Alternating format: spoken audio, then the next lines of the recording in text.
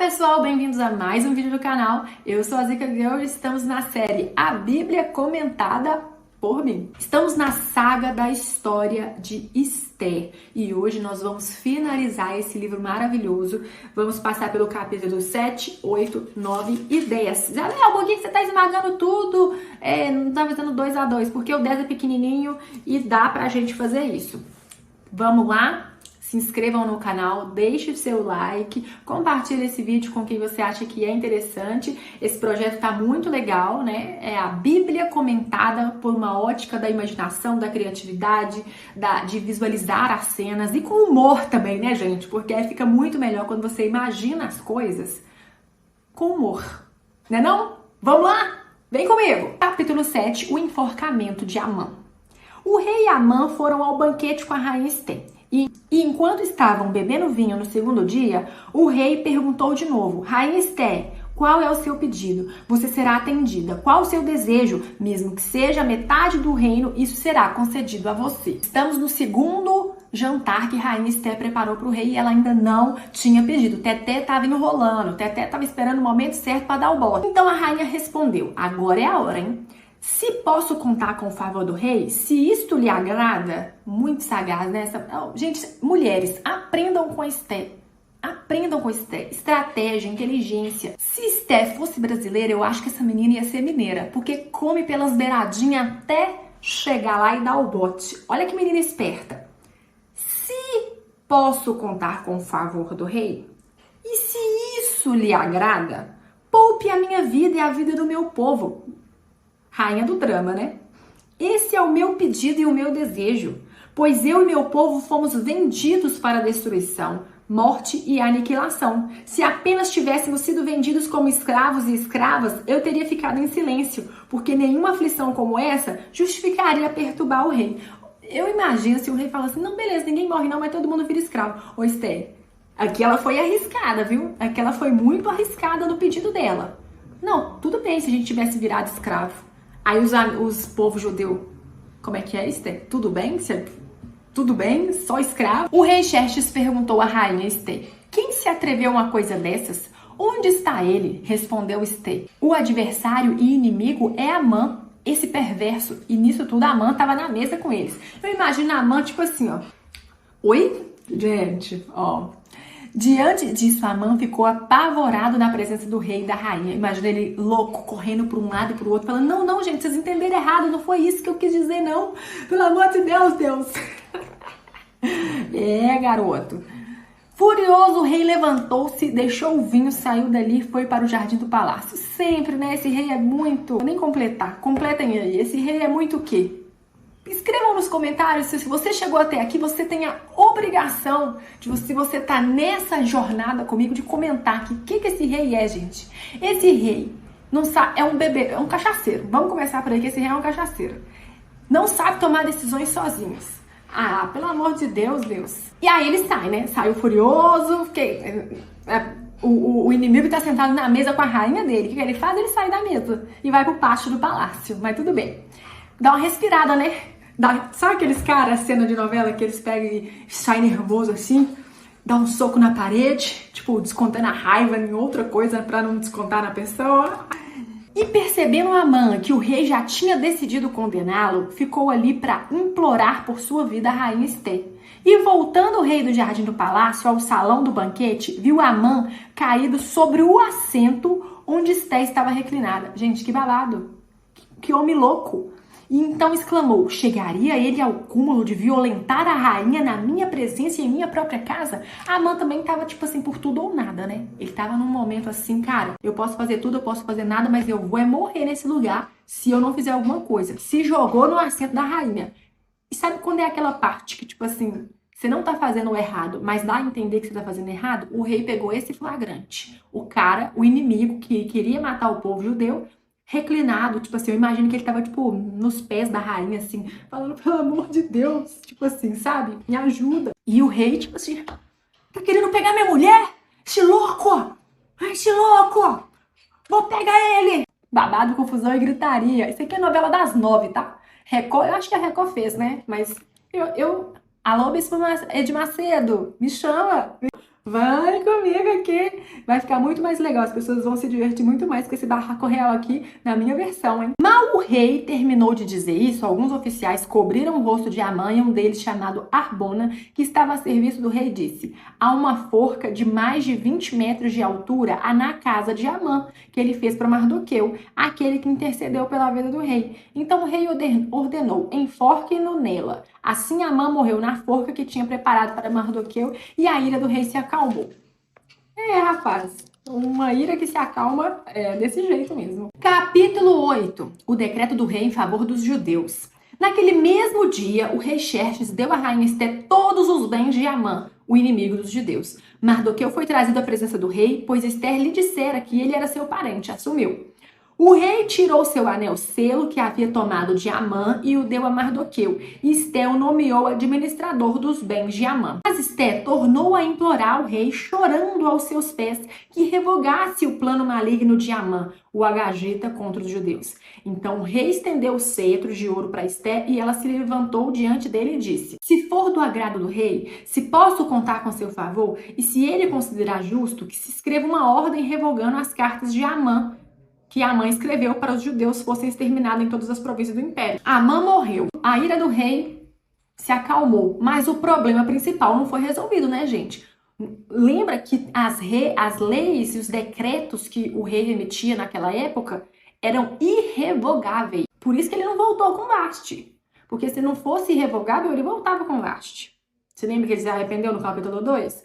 Meu filho, se você não lembra, vai lá no vídeo 2 para você ver. Pois como suportarei ver a desgraça que cairá sobre o meu povo? Como suportarei a destruição da minha própria família? O rei Xerxes respondeu à rainha Esté e ao judeu Mardoqueu: mandei enforcar Amã, dei os seus bens a Esté porque ele atentou contra os judeus. Escrevam agora outro decreto em nome do rei em favor dos judeus, como melhor lhes parecer, e selem com o anel do selo do rei, pois nenhum documento escrito em nome do rei e selado com o seu anel pode ser revogado. Não pode, gente, não podia naquela época, tipo assim, mudei de ideia, vou aqui. Não. Então o que ele fez? Ele falou para Mardoqueu escrever um outro decreto que agora favorecia os judeus. Mas como assim, Isabel? Estava autorizado matar os judeus, né, na data que foi tirada a sorte, o pur, e ele mandou agora fazer um outro decreto, então quer dizer que a matança poderia acontecer ainda? Sim. Isso aconteceu no 23º dia do mês, o mês de Sivan. Os secretários do rei foram imediatamente convocados e escreveram todas as ordens de Mardoqueu aos judeus, aos sátrapas, aos governadores e aos nobres das 127 províncias que se estendiam da Índia até a Etiópia. Essas ordens foram redigidas na língua e na escrita de cada província e de cada povo, e também na língua e na escrita dos judeus. Mardoqueu escreveu em nome do rei Xerxes, selou a carta com o anel selo e o rei as enviou por meio de mensageiros montados em cavalos velozes, das estrebarias do próprio rei. O decreto do rei concedia ao judeu de cada cidade o direito de se reunirem, de se protegerem, de destruir, matar, aniquilar qualquer força armada de qualquer povo ou província que os ameaçassem a eles, suas mulheres e seus filhos, e o direito de saquear os bens dos seus inimigos. O decreto entrou em vigor nas províncias do rei Xerxes no 13º dia do 12º mês, o mês de Adar. Uma cópia do decreto foi publicada como lei em cada província e levada ao conhecimento do povo de cada nação, a fim de que naquele dia os judeus estivessem prontos para vingar-se dos seus inimigos. Os mensageiros, montando cavalos das estrebarias do rei, saíram a galope por causa da ordem do rei. Galope é rápido, gente, mudou a cena. O decreto também foi publicado na cidadela de Suzã. Mardoqueu saiu da presença do rei, usando vestes reais azul e branco, cruzeirense, uma grande coroa de ouro e um manto púrpura de linho fino. E a cidadela de Suzã exultava de alegria E a cidadela de Suzã exultava de alegria. Para os judeus, foi uma ocasião de felicidade, alegria, júbilo e honra.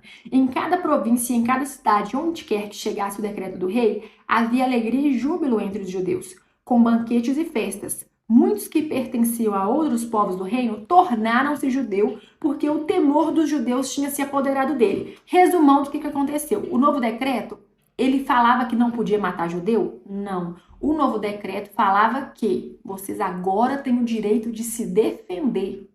Vocês agora têm o direito de atacar também, porque o primeiro decreto era só tipo assim, vamos matar todo mundo, ninguém tem o direito de levantar uma mão contra nós. Ninguém pode se levantar contra nós, contra o decreto real. Nós vamos acabar com todos os judeus. Agora não. Todo mundo pode, todo judeu pode se proteger, se reunir, montar um seu exército particular e pode se proteger, destruir, matar, aniquilar qualquer força armada de qualquer povo ou província que os ameaçasse. Então, isso foi a mudança de sorte que aconteceu com o povo judeu. Agora eles tinham autorização real de se proteger. Que loucura, né? E como o rei claramente ficou do lado dos judeus, muitos que pertenciam a outros povos do reino cara, eu vou virar judeu, você tá maluco? Vou enfrentar esse povo? O próprio rei tá a favor deles, eu vou sair contra? Mas, vamos seguindo. Capítulo 9, a vitória dos judeus. No 13º dia do segundo mês, o mês de Adar, que entraria em vigor o decreto do rei, naquele dia, os inimigos dos judeus esperavam vencê-lo. A galera mandou carta, a galera falou assim, galera, mudança de plano, vocês podem atacar, mas vocês vão ser atacados também, pensem bem, qual que é a inteligência, né? Não vou atacar, mas ainda tinha inimigo dos judeus que esperavam vencê-los, mas aconteceu o contrário, obviamente. O inferno se levanta, mas não adianta. Quem venceu o povo de Deus, aleluia. Minha filha, não vem quente não. Não vem de garfo não, porque hoje é sopa. Os judeus dominaram aqueles que o odiavam, reunindo-se em suas cidades em todas as províncias do rei Xerxes para atacar os que buscavam a sua destruição. Ninguém conseguiu resistir-lhes, porque todos os povos estavam com medo deles. Todos os nobres das províncias, os sátrapas, os governadores, os administradores do rei apoiavam os judeus. Óbvio, né, gente? Óbvio, o próprio rei tá apoiando. Por que a galera não vai ser a favor também? Porque o medo que tinham de Mardoqueu havia se apoderado deles. Mardoqueu era influente no palácio, virou influência, #blogueiro, #blogueiro. Sua fama espalhou-se pelas províncias e ele se tornou cada vez mais poderoso. Que é um grande protagonista dessa história. Eu não diria que ele é coadjuvante, não. É por causa dele, essa história teve essa reviravolta inteligentíssima, né? Os judeus feriram todos os seus inimigos à espada, matando, destruindo, fizeram o que quiseram com ele. Na cidadela de Suzã, os judeus mataram e destruíram 500 homens. Também mataram todos os 10 filhos de Amã, o inimigo dos judeus, mas não se apossaram dos bens deles. Naquele mesmo dia, o total de mortos da cidade de Suzã foi relatado ao rei, que disse a rainha Ester: judeus mataram e destruíram 500 homens e os 10 filhos de Amã. Que terão feito nas outras províncias do império? Diga, qual é o seu pedido? Ele ainda insistindo em querer dar. Esse homem era apaixonado mesmo, viu? Já tinha dado uma grande coisa para a mulher, que é a vida do povo dela, e ainda tá aqui, ó. O que mais que você tá querendo? E aí Ester falou assim: se for do agrado do rei que os judeus de Suzã tenham autorização para executar também amanhã o decreto de hoje, para que o corpo dos 10 filhos de Amã seja pendurado na forca. O que isso aqui quer dizer, gente? Ó, seguindo aqui. Então o rei deu ordem, aprovou, né? E os corpos dos 10 filhos foram pendurados na forca. Como exemplo, por que matar os 10 filhos de Amã? Mesmo se eles falarem, não vou atacar não, gente, pelo amor de Deus, um filho revoltado que vê o pai morrer numa forca, óbvio que daqui 2 minutos ele vai montar uma vingancinha. Vai, gente. 2 mais 2 ainda é 4. É o pai que morreu. Então matou todo mundo para, tipo assim, ó, vamos para nós termos paz aqui, vamos ter que finalizar essa galera. E colocou eles expostos por quê? Exemplo, né? É assim que mostrava naquela época o exemplo de quem fosse contra o rei. Enquanto isso, o restante dos judeus que viviam nas províncias do império também se juntaram para se proteger e se livraram dos seus inimigos. Eles mataram 75 mil deles, mas não se apossaram dos seus bens. Para mim, essa é a parte mais interessante, que eles tinham autorização para se apossar dos bens, mas eles não se apossaram. Isso aconteceu no 13º dia do mês de Adar. Um dia todo teve esse rolê inteiro. E no 14º dia, descansaram e fizeram dessa data um dia de festa e de alegria. Os judeus de Suzã, porém, tinham se reunido no 13º e no 14º dia e no 15º descansaram e deles fizeram uma festa de alegria. Por isso, os judeus que vivem em vilas e povoados comemoram o 14º dia do mês de Adar com um dia de festa de alegria, um dia de troca de presente. Aqui foi criado o amigo oculto. Se vocês odeiam o amigo oculto igual eu odeio o amigo oculto, não odiar, né? Odiar é uma palavra muito forte. não gosto de amigo oculto no Natal, vai atrás dessa galera aqui, que esse que inventou. Mardoqueu registrou esse acontecimento e enviou cartas a todos os judeus de todas as províncias do rei Xerxes, próximas e distantes, determinando que anualmente se comemorassem o 14º e o 15º do mês de Adar. Nesse dia, os judeus livraram-se dos seus inimigos e nesse mês a sua tristeza tornou-se em alegria e o seu pranto no dia de festa. É a comemoração de Purim e existe entre os judeus até hoje essa comemoração. Demais, né? É um povo muito das tradições, né? Escreveu-lhes dizendo que comemorasse aquela data como dia de festa, de alegria, de troca de presentes, de oferta aos pobres, e era loucura. Esse dia era festa total. E assim os judeus adotaram como costume aquela comemoração, conforme o que Mardoqueu lhes tinha ordenado por escrito. Pois Amã, filho do Agagita, inimigo de todos os judeus, tinha tramado contra eles para destruí-los e tinha lançado Pur, a sorte. Pur é a sorte. Tem uns que falam que é até o Deus da sorte, tinha consultado o Deus da sorte, para a ruína e destruição deles. Mas quando isso chegou ao conhecimento do rei, ele deu ordens escritas para que o plano maligno de Amã contra os judeus se voltasse contra sua própria cabeça, e para que ele e seus filhos fossem enforcados. Por isso aqueles dias foram chamados de Purim, da palavra Pur, considerando tudo que estava escrito nessa carta. Doideira, né? Amã vai lá, consulta o Pur, e no final das contas o Pur vira uma festa em comemoração à morte deles. Esse é o Deus dos deuses, meu irmão. Lauriette do nada. Os judeus decidiram estabelecer o costume de que ele e os seus descendentes e todos que se tornassem judeus não deixariam de comemorar anualmente esses 2 dias na forma prescrita e na data certa. Esses dias seriam lembrados, comemorados em cada família de cada geração, em cada província e cidade, e jamais deveriam ser comemorados pelos judeus.